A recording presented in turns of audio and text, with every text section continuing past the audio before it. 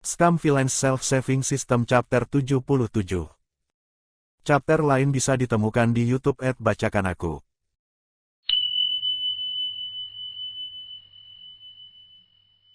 Yang berdesakan di sini semua kultivator dengan panca indera yang tajam dan jeli. Apakah mereka berada dalam jarak dekat atau tidak? Semuanya sekarang beralih ke Shen Qingqiu, ratusan pasang mata, dengan tatapan berbeda-beda, menyelimuti dirinya dari segala arah. Membuka kipasnya, Shen Qingqiu diam-diam menyembunyikan bagian bawah wajah di belakangnya. Luo Binghe melangkah masuk, ujung pakaian hitamnya berkibar saat angin bertiup kencang, pedang yang tergantung di pinggangnya secara mengejutkan adalah Zheng Yang. Di belakangnya, Mo Beijun berada di kiri dengan kepala terangkat tinggi, sementara Shahualing bersinggungan dengan menggoda di sebelah kanan. Murid Huan Hua, yang telah lama menghilang dalam aksi, mengikuti di belakang mereka. Yang di belakang adalah pasukan kecil infanteri lapis baja hitam yang terdiri atas para iblis. Sang Qinghua berkerumun di tengah, menganyam keluar masuk, maju mundur, seperti roti yang licin. Ini adalah pemandangan yang sangat tidak sesuai untuk dilihat. Keduanya menatap belati satu sama lain saat mereka berhadapan satu sama lain, mengirim pisau dan pedang bola-balik dengan tatapan mereka, riuh sekali.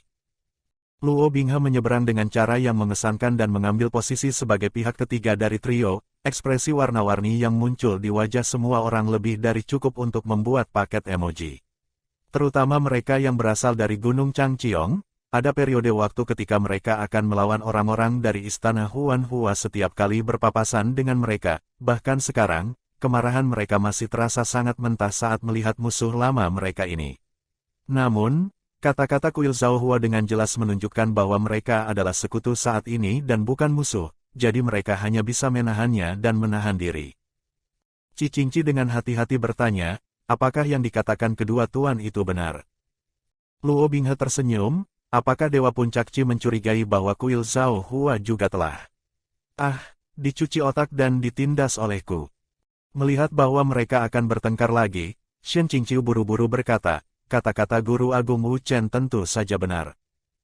Mendengar kata-katanya, ratusan mata yang awalnya berpaling darinya sepertinya telah terpicu, dan sekali lagi mereka semua berbalik ke arahnya. Qingqi memelototinya, menatapnya seolah-olah Shen Qingqiu adalah putri yang bandel dan tidak berbakti yang berpihak pada suaminya, bukan orang tuanya. Mata Luo Binghe tertuju padanya, seolah-olah dia tidak bisa melihat orang lain selain Shen Qingqiu. Dia berkata, Si Zun, setelah tidak melihatmu selama beberapa hari, murid ini sangat merindukanmu. Bukankah mereka baru saja bertemu tadi malam? Jika orang lain mengatakan, sangat merindukanmu, semua orang di sini akan merinding. Namun, kebetulan atribut fisik dan pengaturan Luo Binghe telah dikonfigurasi sedemikian rupa sehingga tidak peduli apa yang dia katakan, orang lain tidak akan merasa aneh sehingga perhatian semua orang tidak beralih padanya.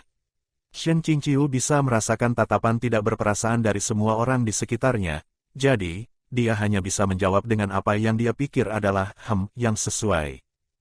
Masih ada bekas senyuman di sudut mulut Luo Binghe. Dia melanjutkan, wilayah iblis utara dan selatan selalu berselisih satu sama lain.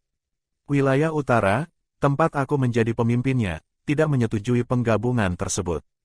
Karena itu, kami bersedia membantu dan bergabung dengan kalian semua untuk menangkis musuh. Berdiri dengan tangan di punggungnya, Luo Binghe tampak seperti manusia teladan. Siapa yang tahu kalau di balik layar, dia seperti gadis muda yang suka bersandar pada orang lain sambil menangis dan bertingkah seperti anak yang dimanja. Siapa yang akan percaya? Yui Qingyuan dengan tenang berkata, maafkan aku karena curiga. Kami berpisah dengan hubungan buruk terakhir kali di Kuil Zhao Hua. Dan sekarang Tuan Istana Luo tiba-tiba ingin bergabung dengan dunia kultivasi untuk melawan ayah biologismu. Luo Binghe menjawab dengan singkat, aku melakukan ini hanya untuk satu orang. Aku tidak peduli tentang apapun. Kali ini, dia tidak mengatakan untuk siapa, tetapi apa bedanya? Apakah ada gunanya? Di musim dingin bersalju, Shen Qingqiu mengguncang dan memutar kipas lipat yang dia gunakan sebagai penyangga untuk berpose seperti seorang pria berbudaya menjadi kipas daun ketel, berharap dia bisa menyapu berbagai tatapan yang diarahkan padanya ke 9 langit dengan gelombang dari kipasnya. Salah satu master sekte berkata sambil tertawa terbahak-bahak, Tuan Puncak Shen telah melatih murid yang baik. Benar-benar berkah besar bagi dunia kultivasi. Meskipun dia berkata, melatih murid yang baik, nadanya tidak berbeda dengan mengatakan, menikah dengan suami yang baik. Setelah mendengarnya, gerakan mengipas Shen Qingqiu mulai membawa aliran niat membunuh. Wu Wang terlihat seperti ingin menghancurkan dua orang ini, orang yang merusak moral publik, sampai mati dengan pekerjanya. Guru Agung Wu Chen buru-buru berkata, sejak dermawan Luo bersedia membantu, itu yang terbaik. Saya juga ingin meminta Master Sekte Yui untuk bertanggung jawab atas seluruh operasi. Berbagai sekte selalu menganggap Yui Qingyuan sebagai pilar kekuatan pada saat-saat kritis. Kali ini tidak ada perbedaan, dia secara alami mulai menyebarkan dan memberikan instruksi kepada berbagai sekte. Kuil Zhaohua, tolong atur sisa pekerja untuk menjaga penghalang. Hentikan pegunungan Maigu agar tidak jatuh lebih jauh. Kalian harus mencegahnya agar tidak terhubung dengan sungai. Guru Agung Wu Chen terlihat canggung saat berkata, kami akan melakukan yang terbaik. Namun, sungai Luo luas, dan kedua tepinya berjauhan. Tidak ada tempat untuk mendarat, dan fondasinya tidak stabil, tidak cocok untuk menyiapkan arai di sana. Yui Qingyuan berpikir sejenak dan berkata, bagaimana kalau mengirim murid Chang Qiong agar menaiki pedang untuk mengatur dan mempertahankan susunan di udara? Luo Binghe tiba-tiba berkata, tidak perlu bersusah payah. Dia menoleh ke samping, tetapi tidak mengatakan apa-apa. Mo Beijun secara spontan melangkah keluar, berbaris ke sungai, dan melangkah ke permukaan air. Es padat dengan cepat menyebar kemanapun dia berjalan. Tidak butuh waktu lama bagi badan perairan untuk membeku setinggi 3 kaki. Meski begitu, ia terus mengembang hingga ikan berenang pun membeku di es. Dengan sedikit waktu lagi, dia akan bisa membekukan seluruh bagian tengah sungai Luo. Keunggulan luar biasa yang dimiliki iblis atas manusia adalah bawaan. Ada seruan kagum, serta kecewa, di sekeliling. Wu Chen mengucapkan terima kasih. Tanpa jejak arogansi, Luo Binghe kembali menatap Shen Qingqiu dengan mata yang cerah dan berkilau. Shen Qingqiu melihat bahwa dia telah mencetak banyak poin brownies, dan permusuhan serta kewaspadaan yang dimiliki semua orang terhadapnya tidak lagi seburuk itu. Dia tidak bisa menahan, tetapi merasa bersyukur dan berkata, sudah selesai dilakukan dengan baik. Senyuman lebar terlihat di wajah Luo Binghe. Entah bagaimana, sudut mulut Shen Qingqiu juga terangkat. Begitu Shen Qingqiu menyadarinya, dia segera menarik sudut mulutnya ke bawah dan menenangkan diri. Dia bertanya-tanya apakah bukan hanya air mata yang menular, tetapi bahkan senyuman juga. Yui Qingyuan terus memberikan tugas. Tianyi Overlook akan terus menyebar ke tempat-tempat lain di samping sungai Luo yang tanda-tanda penggabungannya mulai terlihat dan melindungi serta mengevakuasi rakyat jelata di tempat-tempat itu. Selanjutnya adalah Gunung Changqiong. Yui Qingyuan berpikir sejenak dan berkata, ketika gelombang pertama iblis dari Nanjiang menerobos penghalang, puncak Baizan akan memimpin. Hanya ada 40 orang dari puncak Baizan, dan seseorang tidak bisa tidak bertanya, sebagian besar iblis dari Nanjiang adalah binatang buas, masing-masing dari mereka tangguh. Bisakah 40 orang benar-benar menahan gelombang serangan pertama? Beraninya mereka meragukan kemampuan tempur klan tempur.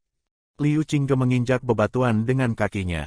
Rumbai pedangnya berkibar tertiup angin bersama dengan lengan putih dan rambut hitamnya.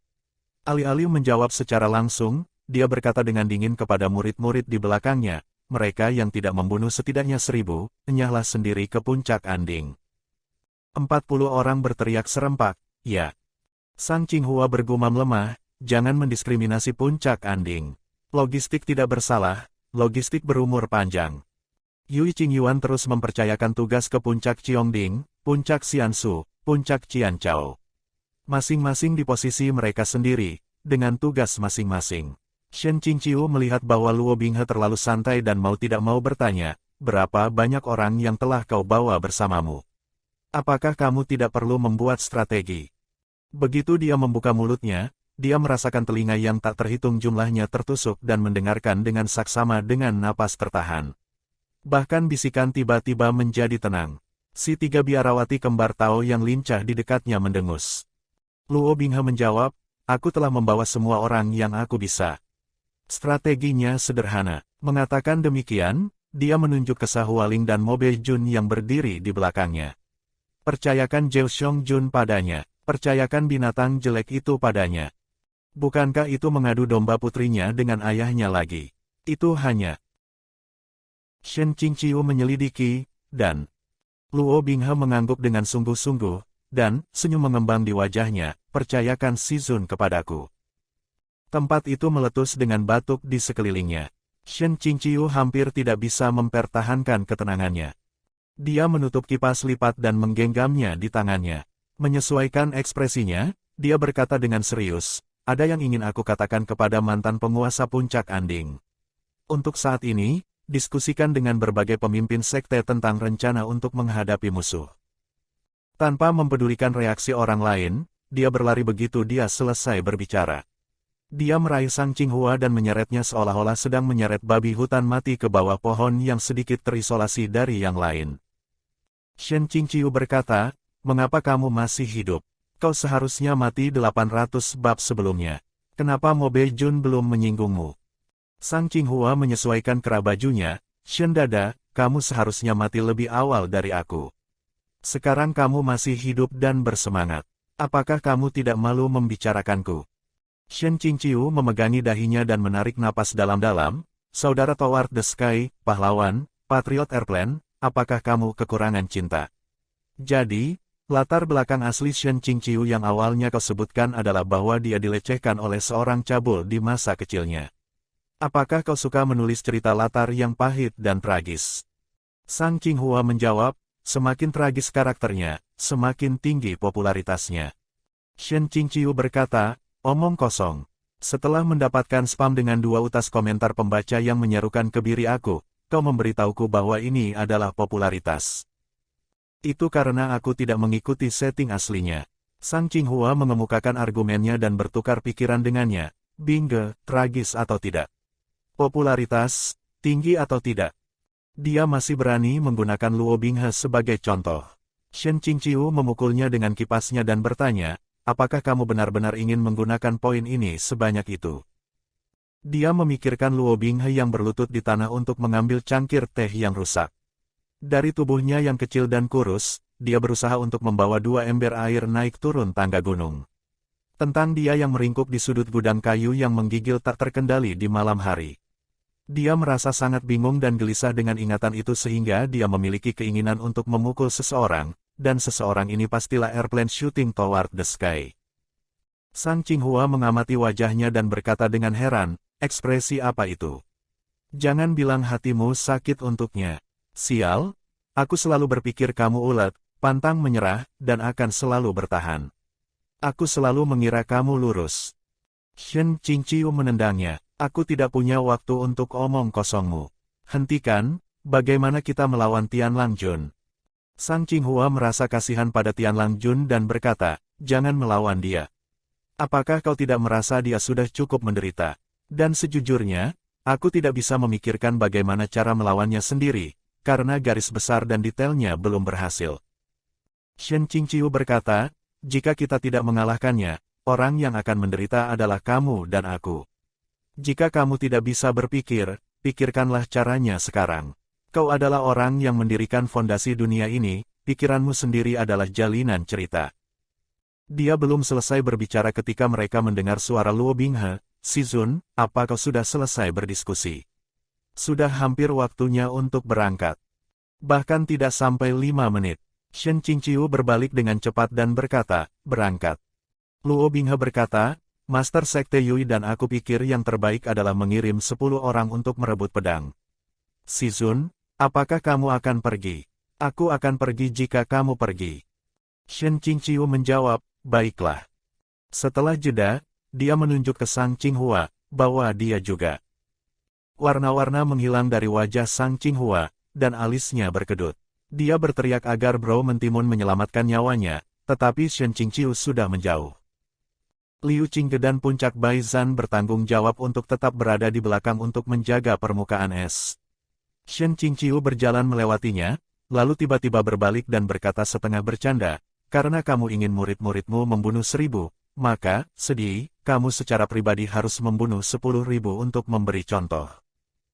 Liu Qingge mengejek dan berkata, aku akan membunuh siapapun yang berani datang. Shen Qingqiu bertanya, kamu merasa diyakinkan kali ini? Liu Qingge berpikir sejenak dan dengan enggan berkata, Chang Men Sesyung ada di sekitar. Luo Binghe menarik ujung jubah Shen Qingqiu dan berkata, Si Zun, bawa aku terbang. Shen Qingqiu melihat ke bawah ke pinggangnya, apa kamu tidak punya pedang? Dihadapkan dengan Shen Qingqiu sendirian, Luo Binghe sekarang bukan lagi pria yang sombong dan congkak. Dia berkata dengan malu-malu, akhir-akhir ini, aku telah menggunakan terlalu banyak energi iblis dan terlalu sedikit energi spiritual. Aku agak lupa cara menggunakannya. 10 orang lain di dekatnya sedang melihat mereka. Shen Qingqiu tidak ingin menunda, dan karena itu dia dengan santai berkata, ayo. Mereka menaiki pedang tinggi-tinggi ke langit dan mendarat segera setelah mereka memasuki punggung Bukit Maigu. Jadi, Luo Binghe tidak terlalu lama memeluknya. Tempat mereka mendarat merupakan sebidang batu kasar, dengan kerangka kering dan tulang tumbuh dari celah di antara bebatuan putih yang padat. Melihat ke atas, pohon-pohon gelap aneh menjulang di atas mereka, saling terkait satu sama lain. Teriakan aneh dari beberapa monster tak dikenal, dikombinasikan dengan kicauan burung gagak, bergema melalui punggung bukit. Mereka akan membutuhkan waktu untuk mencari di punggung bukit sebelum menemukan pedang Shinmo. Shen Qingqiu memperingatkan, ada banyak monster di punggung Bukit Maigu. Lebih baik tidak menyentuh apapun yang terlihat hidup. Luo Binghe dari suku iblis. Untuk menunjukkan ketulusannya atas kerja sama mereka, kali ini dia yang memimpin. Shen Qingqiu berjalan di sampingnya. Saat mereka berjalan, Luo Binghe diam-diam mengulurkan tangannya untuk memegang tangan Shen Qingqiu.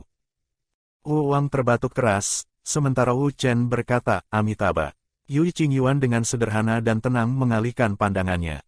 Nafas Shen Qingqiu tercekat, dahi, pipi, leher, dan cuping telinganya terasa seperti terbakar. Dia bingung, dan, tanpa alasan, merasa seperti seseorang dengan hati nurani yang bersalah. Dia perlahan menarik tangannya. Saat telapak tangannya kosong, mata Luo Binghe tampak seolah-olah langsung berubah menjadi hutan belantara yang diselimuti salju beku. Tidak lama kemudian dia tertawa, merendahkan suaranya dan berkata, apa yang kau takuti? Mereka meminta bantuanku, mereka tidak akan berani mengatakan apapun.